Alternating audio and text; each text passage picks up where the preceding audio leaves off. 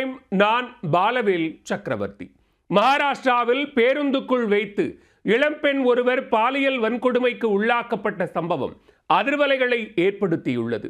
அதிகாலையில் பேருந்து நிலையத்தில் ஊருக்கு வழி தெரியாமல் நின்றிருந்த பெண்ணுக்கு நேர்ந்த கொடூரத்தின் பகீர் பின்னணி என்ன?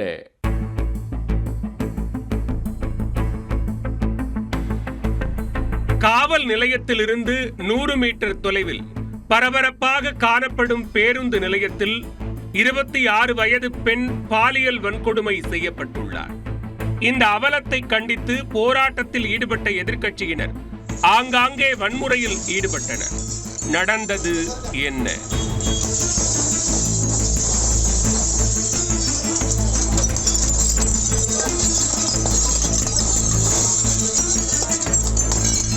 மகாராஷ்டிர மாநிலம் புனேயில் உள்ள ஸ்வர்கேட் பேருந்து நிலையத்தில் அதிகாலை நேரத்தில் இளம்பெண் ஒருவர் பேருந்துக்காக காத்திருந்தார். அப்போது அவரின் அருகே வந்த இளைஞர் ஒருவர், எங்கே செல்ல காத்திருக்கிறீர்கள் என்று கேட்டுள்ளார். அதற்கு அந்த பெண் சதாரா மாவட்டத்தில் உள்ள பல்தான் கிராமத்திற்கு செல்ல வேண்டும் என்று தெரிவித்துள்ளார். அதை கேட்டதும் பல்தான் செல்லும் பேருந்து நிற்கும் இடத்தை காட்டுகிறேன் என்று கூறியுள்ளார். அங்கு மின்விளக்கு வெளிச்சம் இல்லாத இடத்தில் நிறுத்தப்பட்டிருந்த பேருந்துக்கு அழைத்துச் சென்றுள்ளார்.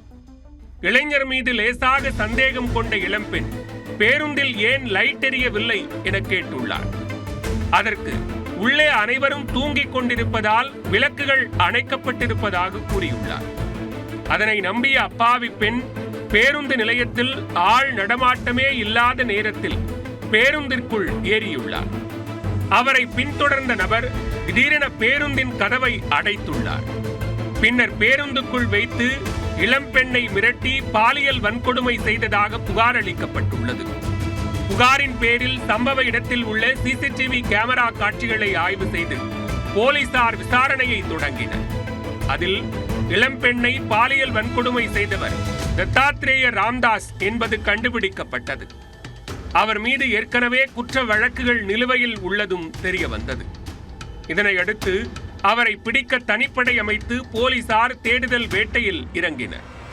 புனேயில் உள்ள ஸ்வர்கேட் பேருந்து நிலையம் எப்போதும் பரபரப்பாக காணப்படும். அந்த பேருந்து நிலையத்திலிருந்து 100 மீட்டர் தொலைவில் தான் காவல் நிலையம் உள்ளது. அப்படியிருந்தும் பேருந்து நிலையத்தில் நிறுத்தி வைக்கப்பட்டிருந்த பேருந்தில் இளம்பெண் பாலியல் வன்கொடுமை செய்யப்பட்ட சம்பவம் மகாராஷ்டிராவில் கொந்தளிப்பை ஏற்படுத்தியுள்ளது. இந்த சம்பவத்தை கண்டித்து உத்தவ் தாக்கரே தரப்பு சிவசேனா கட்சியினர் போராட்டத்தில் ஈடுபட்டனர்.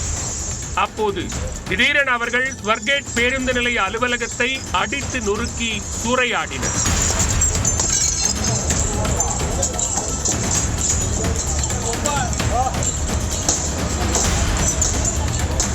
மேலும் குற்றவாளியின் அடையாளம் தெரிந்தும் உடனடியாக கைது செய்யப்படாததை கண்டித்து பெண்கள் அமைப்பினரும் போராட்டத்தில் குதித்தனர்.